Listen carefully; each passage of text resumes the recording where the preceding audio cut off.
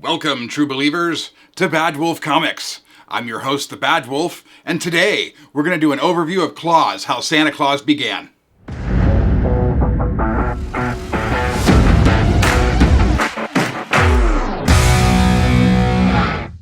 Welcome back, true believers. I am the Badwolf. This is Badwolf Comics, and for those of you that celebrate Christmas, it's Christmas Eve. So I just wanted to wish everyone a very Merry Christmas from Badwolf Comics. In the spirit of this holiday, I was looking for a good book to overview for the holiday season. And although a lot of books came by that were kind of Christmassy or maybe had a theme, nothing seemed more appropriate than Klaus, How Santa Claus Began. So I started reading it thinking it was going to be kind of a boring read, folks, but I gotta tell you, from cover to cover, this book had me hooked from the very first page. The art is amazing, and the story really resembled something out of a Robin Hood fairy tale, and I'm all about that kind of stuff. So I'll stop talking, let's take a look at this book. Now, I'm not sure what Boom Studios is doing lately, but they've had this kick where they'll do a Kickstarter and then they'll release it like 3 different ways. So this book actually has several different formats. There's a slipcase version, there's one with red pages, there's one with standard pages. Personally, I like slipcases, but I really like this version the best, because here's our cover. We didn't get a dust jacket or anything on this, but if you can see this in the video, it's got gold embossment on it.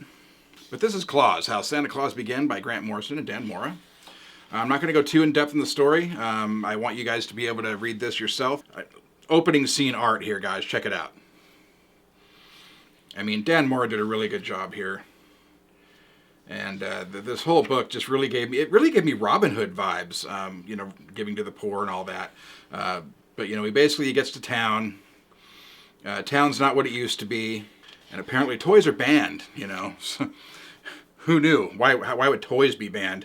But he's really trying to do his best not to get into any trouble and keep his head down. But this guard hits a kid right in front of him, and he just loses it. Armed men striking a child? How dare you?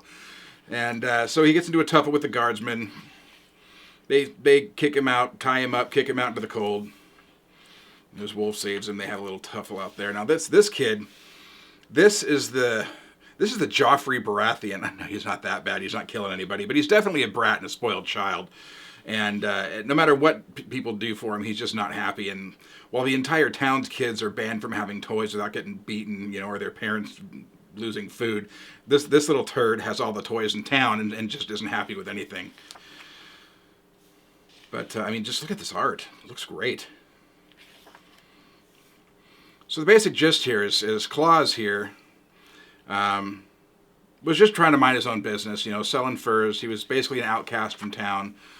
He communes with the spirits of the forest, and the spirits of the forest are really what gave him his power and set him off on this course to bring joy back to the town, because basically all forms of joy have been outlawed in town. The crazy guy that's the head of the town is really in this... I'm trying to give too much away here. His whole purpose is he's working the town to death to try and free this demon that's been promising him things and promising him to make him king. And so he's basically working the town to death and making these ridiculous laws like, there's no joy allowed in town. And so Klaus, with the help of the forest spirits, decides he's going to bring joy back to this town. And so he starts delivering gifts to all the kids. And, parents are shocked and they're freaked out because they're like, man, we can get in trouble for this. Get rid of these things. We don't want anyone to see them. And then come to find out, everybody had them. The whole town, they were everywhere. So, they can't enforce that in every home and every child. I don't know if you guys have seen that YouTube of that British kid that's talking about Father Christmas and how he's not on the naughty list. But you guys need to look that up. It really reminds me of this kid. I really feel like this is the kid in that video. It was pretty funny. But moving on here. So he's got the guards out looking for him. He knows that someone's out there, giving toys out, and he's trying to put a stop to it. So he gets this big, bad Hercules-looking dude to go out and try and find him. And then, so they have their little tuffle, and that's how it ends. So now by this time, dude's really mad. He's like, man, I can't win for losing no matter what I send at this guy. He keeps coming back. He keeps, making a fool of me. And so the nights continue. He keeps bringing presents to all the kids. And they keep hunting him with dogs, with trackers and everything, man. And they cornered him, or so they thought. And, then he headed to the rooftops. And so they started sealing out the town so he wouldn't be able to get in. So he's trying to figure other ways to get in to these houses. I wonder what he'll come up with.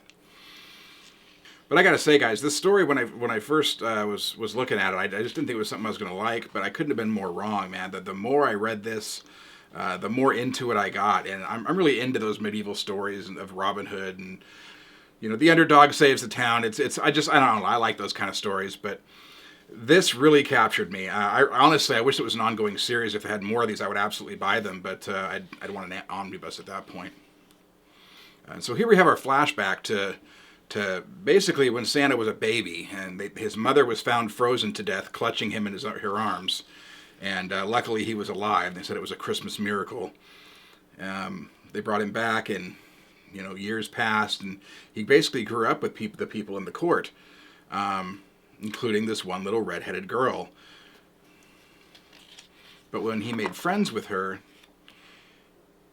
he made an enemy of this kid, which later on becomes the regent, and this becomes his wife. And his whole thing is, I'd do anything to make her love me. Anything. Including freeing a demon, unleashing it upon the town, and being a general jerk in general. Why do you hate Christmas, man? Why do you hate Christmas? So here they have their little, just like Robin Hood and Maid Marian, he's sneaking through the window, having their little conversations. Don't you remember me? It's been so long. And so when they were younger, he had actually become the head of the King's Guard, is what he was. And that dude that didn't want him around here poisons the king and frames him for it. So rather than being killed, he's exiled into the woods. And that's that. He basically passes out. The wolf saves him. The spirits of the forest save him and basically raise him up. And so for the last 10 years or so, he's been living in the woods. And then he came back to town and found out everything was just messed up, man. There's no joy allowed in town. The people at the bar were acting weird. He couldn't even sell his furs. Anytime he tried to, give something back, he'd get stopped by the guards. And so it was just really bad. And then here we move to all the folks that are in the mine, toiling away, dying, literally dying for this. They're working them 18-hour shifts and whatnot. And everyone's starting to panic because they can hear this demon going, "Free me! Free me!" It kind of freaked me out, man. If I was working, heard something free me coming from the side of the wall. Tell you right now, I'd be like, nope, I'm done. Peace. They've still got guards in the streets trying to stop him from giving presents, but by now he's going down the chimneys, and then he hears what's going on, so he breaks into the mine, starting to talk to these folks. And of course, they want to start a rebellion. They want him to lead them. They want to, get out of this mine, get from under the yoke of this tyrant, and be able to celebrate Christmas once more.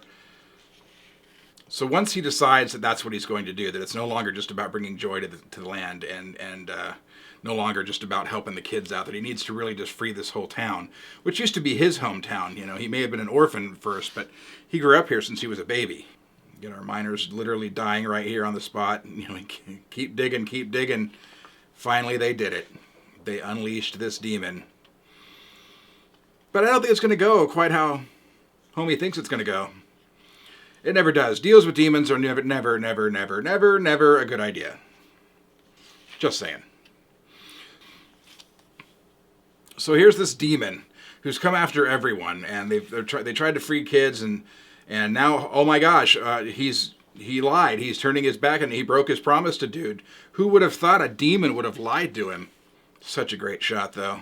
Such great karma right there. It's like, dude, what'd you expect? It was a demon. So this other blonde kid is trying to save all the other kids, getting them out of harm's way.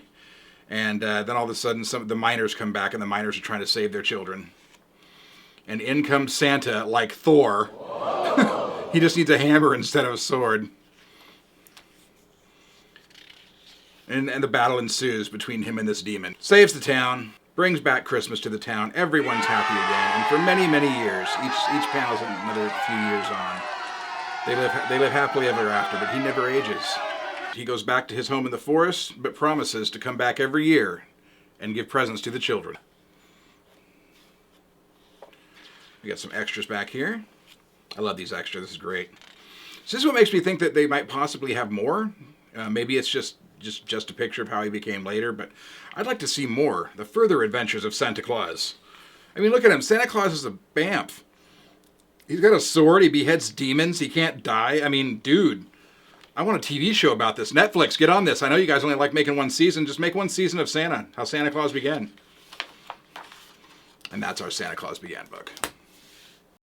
And that's our overview on Klaus, How Santa Claus Began, by Grant Morrison and Dan Mora from Boom Studios. Now you can get this book from Organic Price Books. It retails for $35, but you can get it right now at Organic Price Books for $30. Don't forget to use the code BADWOLF during checkout for $2 off your order. But stick around, true believers. Next week, we have our end-of-year room tour and our final video of the year. A few things have changed since our first room tour when we started the channel 6 months ago.